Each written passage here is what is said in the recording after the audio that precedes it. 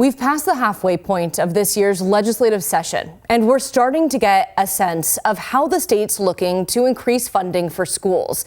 Olympia Bureau Chief Drew Mickelson joins us from the Capitol, where legislators have been taking action on education bills. Drew? Hi, Kristen. Well, it's the state's paramount duty to support education. So even in a year when legislators are looking at cutting billions of dollars in spending, there likely will be some spending increases for schools and for teachers and school districts. We've told you about budget deficits causing school closures, or districts like Yelm, where levies continue to fail, causing teacher layoffs and more crowded classrooms. Well, this past Thursday, the Senate overwhelmingly approved a bill to increase funding for maintenance, supplies, and operational costs by about $120 million a year. Funding that supporters say will help schools keep the lights on and keep up with inflation and higher utility costs without relying on levies. Schools should be able to focus on students. Schools should not have to scramble for resources, Mr. President.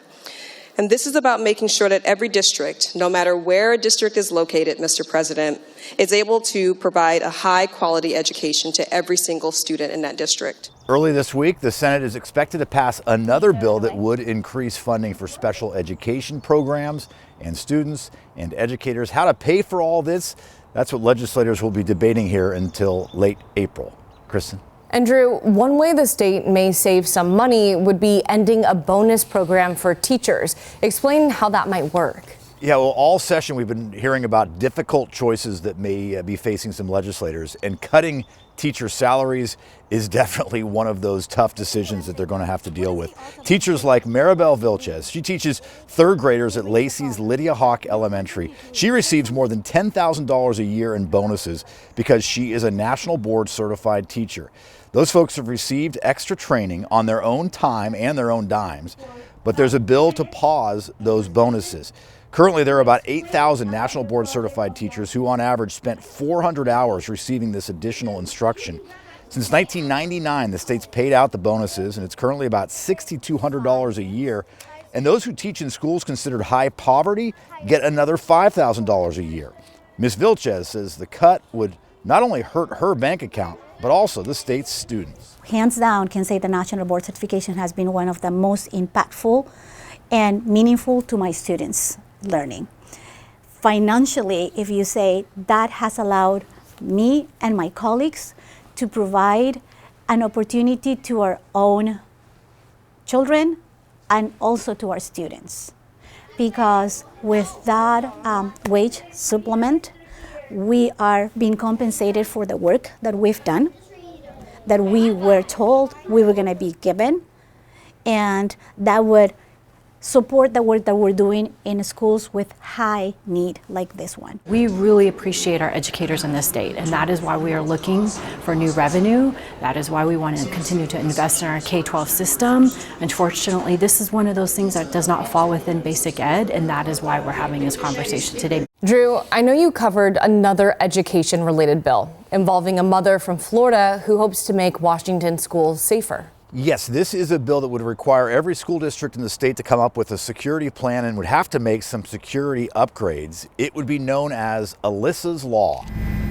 On Valentine's Day 2018, a gunman killed 17 students and staff at Marjorie Stoneham Douglas High School in Parkland, Florida. Alyssa was just 14 years old, a bright, fierce, and passionate young girl who dreamed of becoming a lawyer, a leader, someone who would change the world. Ever since her daughter's death, Alyssa Aladef's mother, Lori, has tried to change state laws. I want to make sure that all students here in Washington are safe. Since establishing her Make Our Schools Safe nonprofit organization, 7 states now require all school staffers to have mobile panic buttons to alert authorities of emergencies. A total school lockdown can be triggered by any staff member on the school's campus by repeatedly pressing the crisis alert badge. The Washington version of Alyssa's Law would require districts to make at least one security upgrade, adding the panic buttons, live on-campus cameras for police to instantly access video, remote-controlled doors, or two-way communication radios for staffers.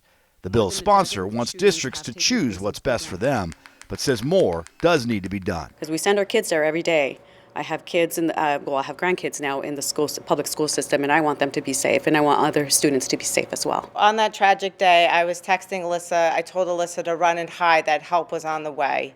But unfortunately, that help didn't get there fast enough. Alyssa's mother would like to think a panic button would have saved her daughter's life, but she is confident her daughter's story will save others. Absolutely. I live for Alyssa. I'm Alyssa's voice because her voice was silenced on that horrific day, and I know she's watching and cheering me on. Coming up this week, on Wednesday, we've got another one of those cutoff dates, so bills have to pass off either the floor of the House or Senate, or else they're considered dead. A couple we are watching closely, the bill to limit rent increases per year to a 7% cap every year.